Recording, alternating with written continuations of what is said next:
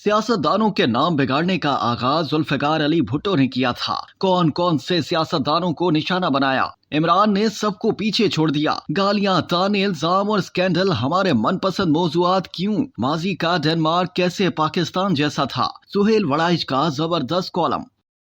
Senior सहाफी Suhail Waraich अपने column में लिखते हैं कि अंग्रेजी के बेबदल ड्रामा निगार विलियम शेक्सपियर ने अपने क्लासिक अलमिया ड्रामे हैमलेट में डेनमार्क के हालात पर लिखा है। Something is routine in the state of Denmark ड्रामे में डेनमार्क की बादशाहत में होने वाली सियासी करप्शन, जवाल और इंतकाम को मौजू बनाया गया है। यूं लगता है कि माजी का डेनमार्क हाल के तजादिस्तान जैसा था। डेनमार्क में भी सियासी साजिशों, एक दूसरे को इक़्तिदार से हटाने और इंतकाम का दूर दौरा था। आज के तजादिस्तान में भी यही हो रहा है। कहा जाता है कि किसी माशरे की सेहत और इसके रुझानात का जायजा लेना हो तो लोगों के दरमियान होने वाली गुफ्तगू का लेवल देख लिया जाए। फर्ज करें कि आज हम माशरे के मुख्तलिफ ग्रोहों के दरमियान होने वाली गुफ्तगू और डायलॉग का जायजा लें तो साफ नजर आता है कि हम इंतहाई जवाल का शिकार हैं। गालियां, ताने, इल्जाम और स्कैंडल हमारे मनपसंद मौजूआत हैं। हमारी अखलाकी गिरावट का अंदाजा करें कि हम मशरकी रवायात और खानदानी इक़्तिदार के कायल होने के बावजूद तुन देओ और वड़ गया जैसी इस्तिलाहात सरेआम इस्तेमाल कर रहे हैं। इन अल्फाज और इस्तिलाहात से जहां हमारी अखलाकियात की तर्जुमानी होती है, वहीं इससे ये अंदाजा करना भी मुश्किल नहीं कि हम अपनी अगली नस्ल और अपने खानदान को किस तरह का विरसा मुंतकिल कर रहे हैं। बीमारी किस हद तक हमारे यहाँ सरायत कर चुकी है, इसका अंदाजा अफनानुल्लाह साहब और शेर अफजल बरवत साहब के दरमियान एक टीवी शो पर होने वाली हाथापाई के रद्द अमल से होता है। किसी भी सेहतमंद माशरे में टीवी पर होने वाली इस लड़ाई को न सिर्फ बुरा भला कहा जाता है, बल्कि लड़ाई में हिस्सा लेने वालों को मोरद इल्जाम ठहरा कर अपनी अपनी जगह पर इनका मुहासबा किया जाता है,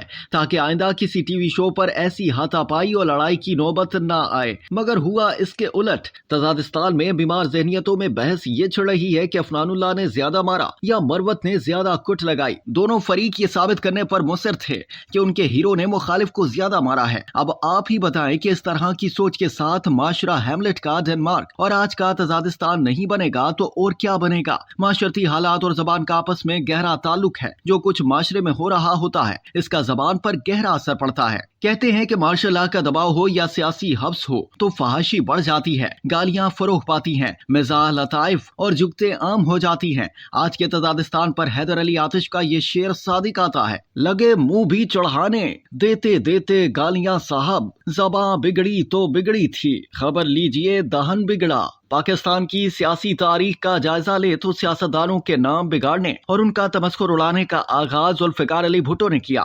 वही थे जिन्होंने असगर खान को आलू खान का नाम दिया। उन्होंने ही मुफ्ती महमूद और मौलाना नूरानी की छोटी ये निकालने की बात की थी। उसी दौर में एक बार उन्होंने स्टेज पर गाली भी दे डाली थी। बहुत अरसे तक जियाला कल्चर यही था कि दूसरों की ना सुनो, इसीलिए पीपल्स पार्टी के मुखालिफ इसे हो जमालो कल्चर करार दिया करते थे। नवाज शरीफ सियासत में आए तो बार बार कहा करते थे कि वो शराफत की सियासत करते हैं, मगर उनकी जमात के अंदर भी मत वाला कल्चर फरोग पाया। वो भी किसी मुखालिफ इदारे की राय या दूसरी जमात के इख्तलाफ के कायल ना थे। बेनजीर भुट्टो की जिस तरह किरदार कुशी की गई, इसने बहुत बुरी मिसाल कायम की। सुप्रीम कोर्ट पर हमला मत वालों की इसी सोच का तर्जुमान था। खिलाड़ी खान मैदान में उतरे तो उन्होंने सियासी मुखालफतों के लिए सख्त तरीन लहजा इख्तियार किया। वो निजी महफिलों में हर इख्तलाफ करने वाले को गालियों से नवाजते। सियासी स्टेज पर उन्होंने भुट्टो से भी आगे बढ़कर न सिर्फ अपने सियासी मुखालिफों का तमस्कुर उड़ाया, बल्कि अपने इंसाफियों में अहले सियासत के लिए नफरत भी दी। उन्होंने आज तक किसी इंसाफी को नहीं रोका कि वो गालियां ना दे, ट्रोलिंग ना करे, लोगों के घरों पर धरने ना दे। इस पॉलिसी का नतीजा ये निकला है कि आज के तजादिस्तान में वड़ गया और तुंदे और रोजमर्रा के डायलॉग हैं। सियासतदान कौम के लीडर होते हैं, उनका फर्ज है कि वो अपने कारकुनों की अखलाकी और सियासी तरबियत करें। अगर कारकुन कहीं गलत जा रहे हैं तो लीडर को उन्हें रोकना चाहिए। मगर हमने देखा है कि तहरीक इंसाफ ने अपने कारकुनों को सियासतदानों, सहाफियों, जर्नलों और अपने मुखालिफों को गालियां देने की ढील दे रखी है। इस बात के मुतादिद सबूत हैं कि लीडरशिप की तरफ से इस रवैये की हौसला अफजाई की जाती है। काश ये सिलसिला रुक जाए, वरना तहरीक इंसाफ के ये बेअकल हमदर्द अगर इसी तरह गाली गलोच और दुश्नाम तराजी से काम लेते रहे तो माशरे में इसका रद्द अमल पैदा होगा। आज एस्टेब्लिशमेंट के तहरीक इंसाफ मुखालिफ रवैये में इन गालियों का बड़ा हाथ है, जो वक्तन फवक्तन फौज की लीडरशिप को दी जाती रही। अगर तो गालियों से मसाइल हल हो जाते हैं तो तहरीक इंसाफ यही पॉलिसी जारी जारी रखें, वगरना अपनी पॉलिसी बदलें। सियासत किसे कहते हैं? अपने दोस्तों और हामियों के बढ़ाने के अमल को सियासत कहा जाता है। गालियों से दोस्त नहीं दुश्मन बनते हैं। तहरीक इंसाफ सियासत करे, माशरे के मुखालिफ तबकात को दुश्मन ना बनाए। कभी किसी मीडिया ग्रुप का बाइकआउट किया जाता है और कभी किसी एंकर पर्सन के प्रोग्राम में ना जाने की बात की जाती है। कब तक ये एहतजाजी और नाराजगी वाला रवैया जारी रखा जाएगा?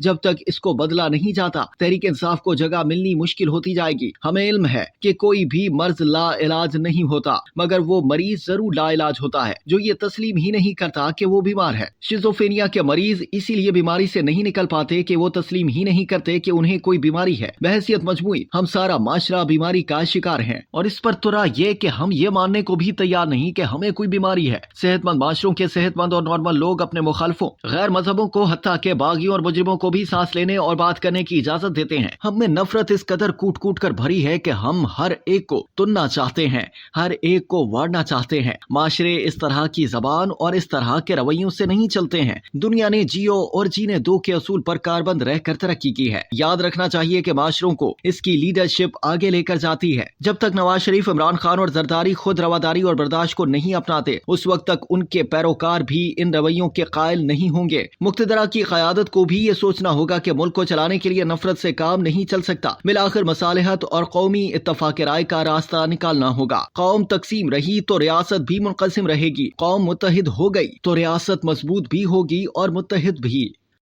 अब तक के लिए इतना ही। मजीद जानने के लिए सब्सक्राइब कीजिए डेली जंग यूट्यूब चैनल और लाइक कीजिए डेली जंग फेसबुक पेज।